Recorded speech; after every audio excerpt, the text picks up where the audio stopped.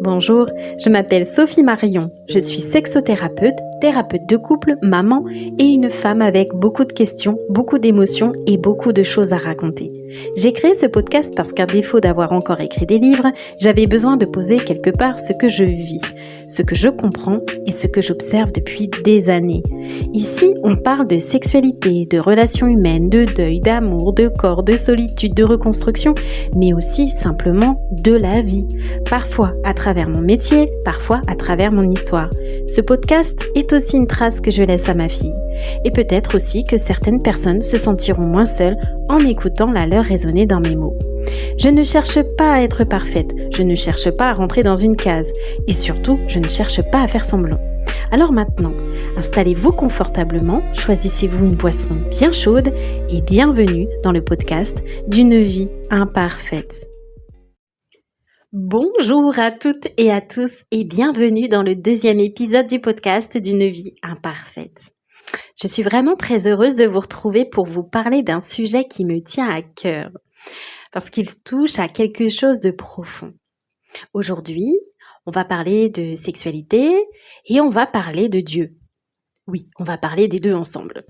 Je sais que rien qu'en entendant ça, certains d'entre vous viennent déjà de froncer les sourcils. Peut-être même de mettre une main sur la bouche. Et c'est exactement pour ça qu'on en parle. On va essayer de comprendre pourquoi ces deux sujets semblent si souvent opposés. Alors qu'ils parlent peut-être au fond de la même chose, la vie. Alors, je ne fais pas cet épisode pour provoquer, je le fais parce que je crois profondément qu'il existe une immense souffrance chez beaucoup d'êtres humains.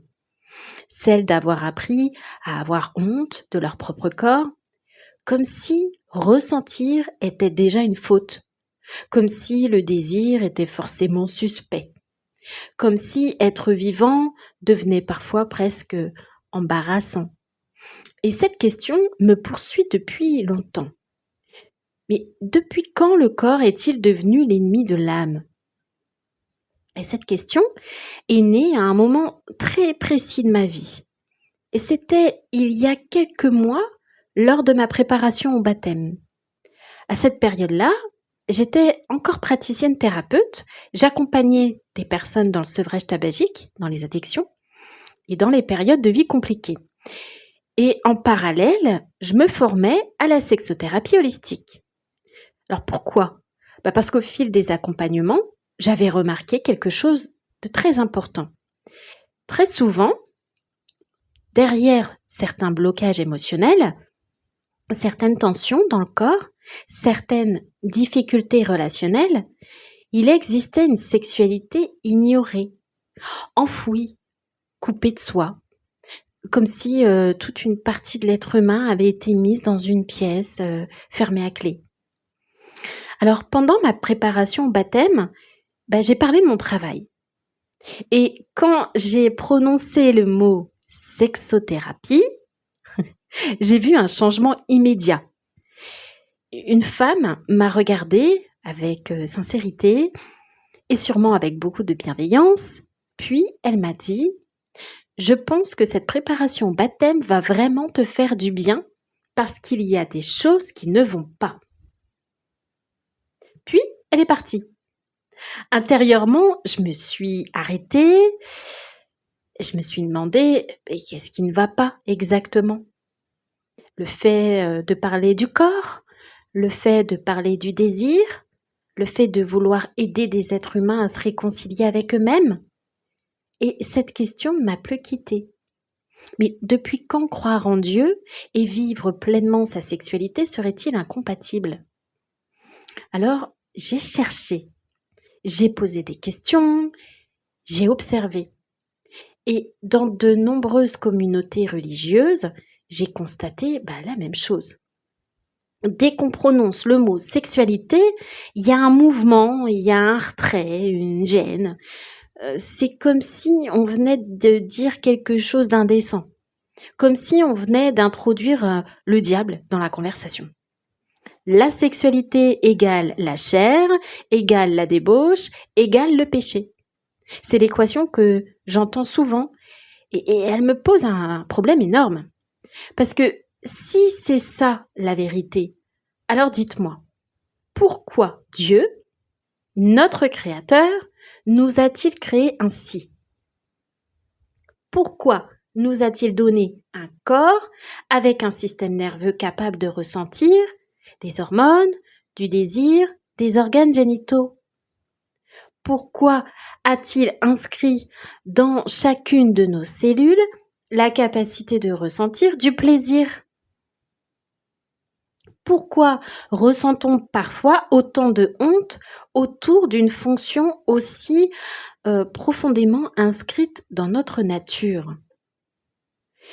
Nous sommes en 2026, à l'heure où j'enregistre ce podcast, et nous avons étudié le cerveau. Nous avons cartographié notre corps. Nous savons parfaitement aujourd'hui que le toucher apaise le système nerveux, que l'attachement influence notre santé mentale, que l'intimité joue un rôle immense dans l'équilibre émotionnel. Nous savons que le corps humain est conçu pour ressentir. Et pourtant, beaucoup vivent encore dans une guerre intérieure contre leur propre nature. Alors maintenant, je vais vous partager quelques-unes de mes recherches. Car vous allez le comprendre au fil de mes podcasts, depuis toujours, j'aime apprendre. J'aime me former à la vie. Et avant de parler de la Bible, là, nous allons parler de biologie. Alors, nous naissons avec tout le matériel nécessaire dès le ventre de notre mère. Nos organes génitaux se forment, nos hormones se mettent en place.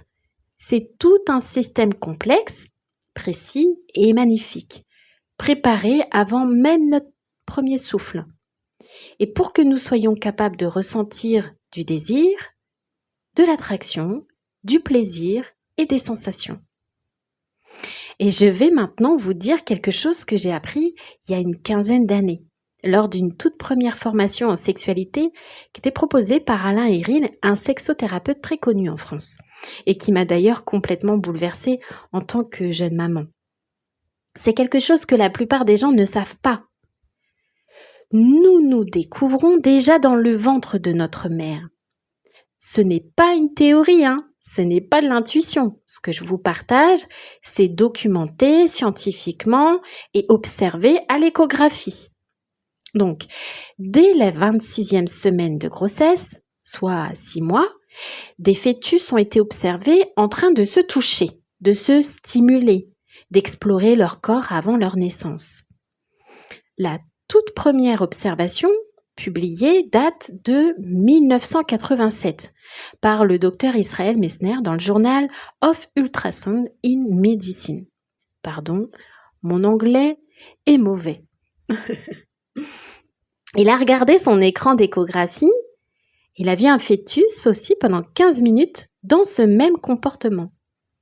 Il a publié ses observations dans une revue médicale sérieuse parce qu'il ne pouvait pas ne pas le dire. Et depuis, d'autres études sont venues confirmer.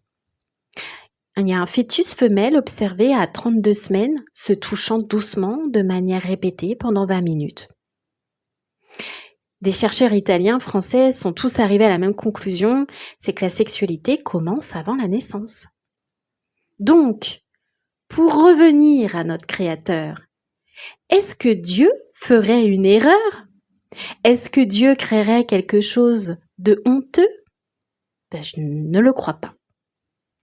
Je pense que refuser totalement la sexualité humaine comme réalité naturelle revient à refuser une partie fondamentale de l'incarnation humaine.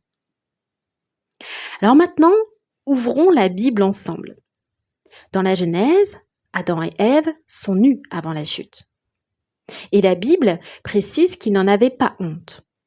Donc dans le livre de la Genèse, chapitre 2, verset 25, il est écrit « L'homme et sa femme étaient tous deux nus et ils n'en avaient pas, point, honte. » Là, nous parlons du corps lui-même. Et la honte n'est pas présente au commencement. D'ailleurs, Jésus, par la suite lui-même, ne parle jamais du corps comme d'une chose impure. Au contraire, il touche les malades, les exclut, les femmes considérées impures à l'époque.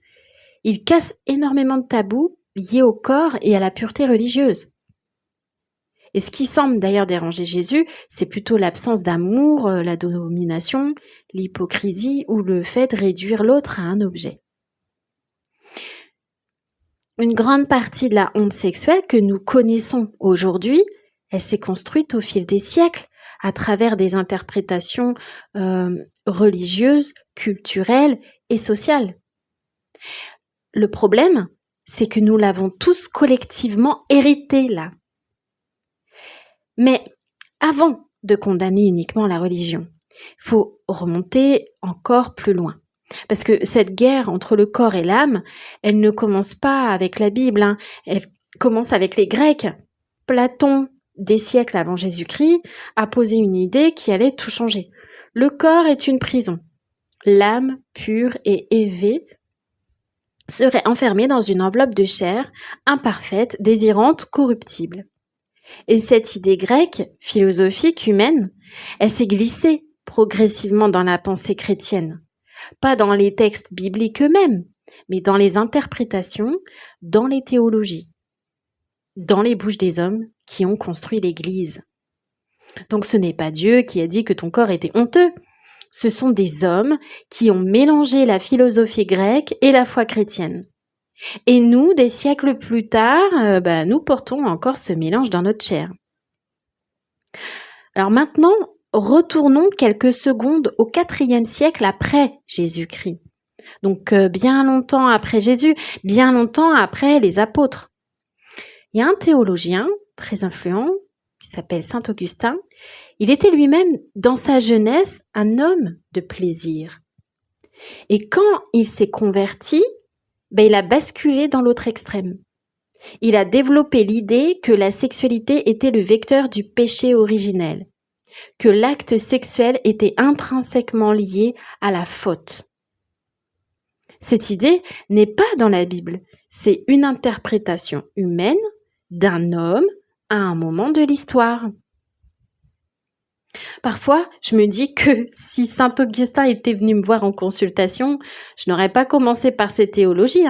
J'aurais commencé par lui demander « Mais qu'est-ce qui vous a fait si mal pour que vous ayez eu besoin de condamner ce que vous aviez tant aimé ?» Et honnêtement, ça me met en colère. Pas contre Dieu, pas contre la foi, mais par contre cette confusion, mais contre cette confusion-là. Contre le fait que des générations entières aient grandi avec la honte de leur propre corps, à cause d'un mélange entre philosophie grecque et interprétation religieuse. Personne ne nous a demandé si on voulait hériter de ça. On nous l'a simplement transmis comme une vérité. Et moi, je veux qu'on commence à démêler ce nœud-là. C'est pas pour détruire quoi que ce soit, mais parce que je crois qu'on mérite mieux que ça. Cette idée a tellement influencé l'Église qu'elle a coloré toute la pensée chrétienne pendant des siècles et on en paie encore le prix aujourd'hui. Le tabou ne vient pas de notre Créateur, il vient des hommes. Et maintenant, j'ai envie de vous emmener encore plus loin dans le temps. Parce que le tabou sexuel est récent dans l'histoire de l'humanité, mais vraiment récent. Et pour le comprendre, il faut regarder ce qui existait bien avant. Donc, remontons en Égypte ancienne, 3000 ans avant Jésus-Christ, 5000 ans d'histoire. Dans cette civilisation extraordinaire, la sexualité n'était pas cachée. Elle n'était pas honteuse, elle n'était pas diabolisée. Elle faisait partie de la vie, tout simplement, comme manger, respirer et comme prier. Et ce qui me touche, c'est que dans l'Égypte ancienne, le désir féminin était reconnu, célébré, respecté. Les femmes avaient des droits, elles avaient voix au chapitre dans le choix de leur partenaire. Et les textes de sagesse de l'époque, ils demandaient aux hommes de respecter leurs épouses, de les écouter, de prendre soin d'elles. Et il y avait même dans les textes religieux égyptiens, des textes religieux, des références explicites au plaisir de la femme. C'est une formule issue des textes des sarcophages. Alors, un recueil de textes sacrés datant de plus de 4000 ans dit ceci. Le plaisir de la femme aboutira sous lui à chaque fois. Le plaisir féminin était une réalité reconnue, inscrite dans les textes sacrés. Ce n'était pas caché, pas honteux, mais reconnu. Et ces Égyptiens écrivaient aussi des poèmes d'amour d'ailleurs. L'un des plus connus, c'est le papyrus Chester Beatty. Bon, pardon encore une fois pour mon anglais pourri. Mais celui-ci date d'environ 1200 ans avant Jésus-Christ. Ce sont des chants amoureux écrits par des hommes et des femmes qui se parlent de leurs désirs, de leur manque, de leur beauté. Je vais d'ailleurs en lire quelques passages. Quand je l'enlace et que ses bras m'entourent, je deviens comme un homme transporté dans un autre monde. Le parfum de son corps est plus doux que l'encens. Quand elle passe près de moi, mon cœur bondit dans ma poitrine. Je dormirai près de toi cette nuit. Quand je serai dans tes bras, je serai comme un homme arrivé au pays des dieux. C'est beau, hein? Ces textes respirent la tendresse, le désir, la beauté. Ça célèbre l'amour comme quelque chose de naturel, de beau, d'humain, parce que c'est exactement ce que c'est. En Mésopotamie également, il y a une autre civilisation antique, c'est une autre civilisation antique. Il existait des prières pour favoriser l'amour entre les êtres. Des prières. On priait pas uniquement pour la guerre ou la récolte, On priait pour l'amour, pour le désir, pour l'union entre les êtres. Parce que tout cela était considéré comme sacré. D'ailleurs, et si je vous disais qu'on vous a volé quelque chose? Pas votre foi, pas votre corps, mais le code. Le code qui permet de comprendre que votre corps, votre désir, votre capacité à ressentir, tout ça n'est pas en dehors du sacré. Tout ça en fait partie. Les anciens le savaient, les Égyptiens le savaient. Et quelque part, quelque chose en vous le sait aussi. Vous savez, cette chaleur-là que vous ressentez dans certains moments d'intimité, cette sensation d'être enfin entier, ce n'est pas de la faiblesse. C'est peut-être l'un des endroits où le sacré se glisse le plus naturellement dans une vie humaine. On vous a dit que c'était une porte interdite. Moi, je vous dis que c'est une porte qu'on vous a simplement fermée et qu'elle vous appartient. La sexualité a été sacrée bien avant d'être diabolisée. Et je pense que cette vérité mérite d'être dite, entendue et rappelée autant de fois qu'il le faudra. Je repense parfois à cette femme rencontrée à l'église. Je ne lui en veux pas. Je pense simplement qu'elle a probablement reçu, elle aussi, des croyances très anciennes. Et au fond, je crois que beaucoup d'êtres humains ont appris à avoir peur d'eux-mêmes, de leurs désirs, peur de leur sensibilité, de leur corps, alors que peut-être la paix commence juste au moment où l'on cesse de se battre contre une partie entière de soi. Alors maintenant, je vous pose la question et je veux que vous la laissiez rentrer vraiment. Si la sexualité était une faiblesse morale, un péché, une construction humaine déviante, comment expliquer qu'elle existe avant même que nous soyons nés, avant que qui que ce soit nous ait appris quoi que ce soit, avant la religion, avant la culture, avant les mots? Dieu nous a créés pour la vie, et la vie se transmet par le désir. Pensez-y une seconde. L'attirance que vous ressentez pour quelqu'un, cette chaleur dans le ventre, cette accélération du cœur, c'est pas un accident. Ce n'est pas une faiblesse, c'est de la chimie, de l'ocytocine, de la dopamine, de la sérotonine, des molécules du bonheur que votre corps fabrique naturellement, précisément dans les moments d'intimité et de désir. Votre corps sait ce qu'il fait. En 2026, nous savons aussi que couper l'être humain de son énergie vitale crée des déséquilibres. Et je sais que ce que je vais dire maintenant, ça peut déranger certaines personnes. Parce que dès qu'on parle d'énergie, beaucoup lèvent les yeux au ciel. Mais pourtant, depuis des millénaires, de nombreuses traditions, à travers le monde, ont essayé de comprendre le lien entre le corps, les émotions, la vitalité et la conscience humaine. Et parmi ces traditions, certaines parlent de centres énergétiques dans le corps, appelés chakras. Le chakra sacré, il est situé dans le bas-ventre. Il est associé à la créativité, au plaisir, au désir, à l'élan de vie et à la relation à soi-même et aux autres.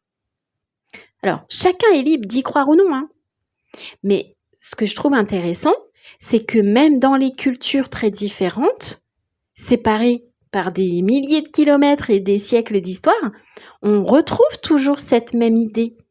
Lorsque l'être humain coupe totalement son rapport au corps, au plaisir, aux émotions et à l'intimité, il y a quelque chose en lui qui finit par se figer. Et finalement, même les neurosciences et la psychologie contemporaine observent aujourd'hui des choses similaires.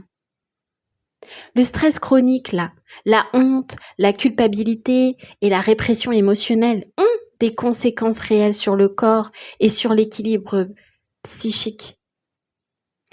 Et moi, je me suis formée, j'ai appris, j'ai compris pour travailler sur mes propres blocages. Et maintenant, je le partage autour de moi. Ce chemin parcouru entre mon baptême et mon développement personnel et professionnel ont complètement fusionné d'une façon que je n'aurais jamais imaginée. Je voudrais terminer cet épisode par quelque chose de doux, par un poème d'amour qui a plus de 3000 ans d'âme. Il est inspiré du papyrus Chester Beatty. Je pense à toi et mon cœur se met à courir. Je voudrais que mes yeux te voient, que mes bras t'entourent, que ma bouche prononce ton nom. Quand tu es loin de moi, les jours ressemblent à des années. Quand tu es près de moi, l'été ne brûle pas. Tu es le parfum que je cherche quand je ferme les yeux. Tu es l'eau dont j'ai soif, sans jamais pouvoir la nommer. Ton amour est en moi, comme la sève est dans l'arbre. Je ne peux pas l'arracher sans m'arracher moi-même. Ce poème a traversé 3000 ans pour arriver jusqu'à vous et mes 40 ans pour que je vous le lise. Ces 3000 ans de désir humain, de beauté, de preuve d'amour, d'attirance, d'intimité, tout ça, ça a toujours existé. Ça a toujours été chanté. Ça a toujours été sacré. La sexualité n'est pas le diable. Elle ne l'a jamais été. Elle dépend de ce que vous en faites. Elle est dans la Genèse, elle est dans le Cantique des Cantiques, elle est dans les épîtres de Paul, elle est dans les poèmes d'amour égyptiens, elle est dans notre corps, dès le ventre de notre mère, elle est dans nos hormones, dans notre histoire, dans chaque cellule de ce corps que notre Créateur a créé. Oh là là, j'en ai des frissons quand je vous en parle. Ce qui a créé le tabou, c'est la peur des hommes, à un moment de l'histoire, de quelque chose qu'ils ne comprenaient pas ou ne voulaient pas accepter. Nous vivons aujourd'hui dans un monde où on commence enfin à en parler. Et moi, je veux contribuer à ça. Pas pour choquer, pas pour provoquer, mais parce que je crois profondément que se réconcilier avec sa sexualité, c'est se réconcilier avec soi-même. Et peut-être, d'une certaine façon, c'est aussi se réconcilier avec Dieu. Nous sommes à la fin de cet épisode et j'espère de tout cœur qu'il vous a bousculé dans le bon sens du terme, qu'il vous a donné envie de revoir peut-être certaines croyances, certains héritages qu'on vous a transmis sans vous demander votre avis, qu'il vous a ouvert une porte vers cette idée que croire en Dieu et s'épanouir pleinement dans votre sexualité ne sont pas du tout deux chemins opposés, mais peut-être au fond le même chemin. Celui de la vie telle qu'elle a été créée, telle qu'elle mérite d'être vécue. Allez, prenez soin de vous, de tout vous. Si cet épisode vous a parlé, vous pouvez le partager autour de vous ou lui laisser une petite étoile, un cœur ou un avis. C'est probablement le plus beau soutien et le plus beau cadeau que vous puissiez m'apporter. Si vous souhaitez suivre un peu mon univers, vous pouvez aussi me retrouver sur Instagram, Facebook ou LinkedIn. N'oubliez pas que si vous traversez une période compliquée, seul ou à deux, dans votre vie, votre sexualité ou votre relation, je peux peut-être vous accompagner sur ce chemin. Vous trouverez toutes les informations pour me contacter ou prendre rendez-vous directement dans la description du podcast ou sur mes réseaux. Et surtout, prenez soin de vous. Je vous dis à très bientôt.